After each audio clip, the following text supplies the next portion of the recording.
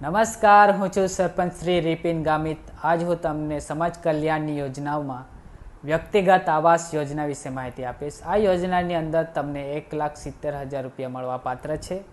જેમનું ઘર કાચું છે એવો અરજી કરી શકે છે અને ખાસ કરીને જે રેશન કાર્ડ છે એ રેશન કાર્ડની અંદર તમારા નામો છે એમાંથી કોઈ પણ એક વ્યક્તિ અરજી કરી શકે છે જેની ઉંમર 18 વર્ષથી ઉપર હોવી જોઈએ, જેના પુરાવા છે રેશન કાર્ડ, આધાર કાર્ડ, ચૂંટણી કાર્ડ, બેંકનું ખાતું, ઘરવેરો 7/12/8 ની નકલ, જેનું ઘર ગામતળમાં છે તો ગામતળનો દાખલો, પંચાયતની એનઓસી અને સક્ષમ અધિકારીનો જાતિનો દાખલો અને સાથે સાથે કોઈ પણ યોજનામાં આવાસનો લાભ લીધો ના હોય એનું પ્રમાણપત્ર। અરજી તમે વનબંધુ ગુજરાત ગવર્મેન્ટ ઇન આ વેબસાઇટ પર જઈને તમે અરજી કરી શકો છો અને બીજી માહિતી જોઈતી હોય તો તમે મને પૂછી શકો છો, હું જરૂરથી તમને માહિતી આપીશ।